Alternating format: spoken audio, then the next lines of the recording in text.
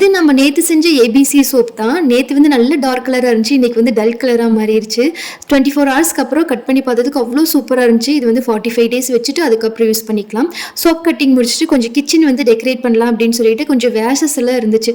அதெல்லாமே வச்சுட்டு இந்த பாதாம் ட்ரிங்க் குடிச்ச பாட்டில் வந்து கொஞ்சம் எம்ப்டியா இருந்துச்சு. அதனால அதையும் வந்து நல்லா கிளீன் பண்ணி தண்ணி ஊத்தி உள்ள வந்து கொஞ்சம் கலர் ஸ்டோன் போட்டுட்டு மணி பிளான்ட் வந்து கட் பண்ணி உள்ள போட்டு வச்சுட்டேன். இது வந்து ஒரு ஆயில் ஸ்டாண்ட் மாதிரி வச்சிருந்தேன் கிச்சன்ல. அதுல வந்து வச்சு பார்க்கறது கொஞ்சம் அழகா இருந்த மாதிரி இருந்துச்சுன்னு சொல்லி அதை வந்து அங்கே பிளேஸ் பண்ணிட்டேன். இன்னைக்கு நான் ஃப்ளிப்கார்ட்டில் ஆர்டர் பண்ண 2 ப்ராடக்ட் வந்து டெலிவரியாக இருந்துச்சு. ஒன்று வந்து ஹனி டிஸ்பென்சர், இன்னொன்று வந்து ஸ்ப்ரவுட் மேக்கர். ஃபஸ்ட்டு வந்து நான் அந்த உடன் ஹனி டிஸ்பென்சர் தான் வந்து யூஸ் பண்ணிட்டு இருந்தேன். அது கொஞ்சம் லீக் ஆகிற மாதிரி இருந்துச்சு அப்படின்னு சொல்லிட்டு இது வந்து புதுசாக ஆர்டர் பண்ணியிருந்தேன்.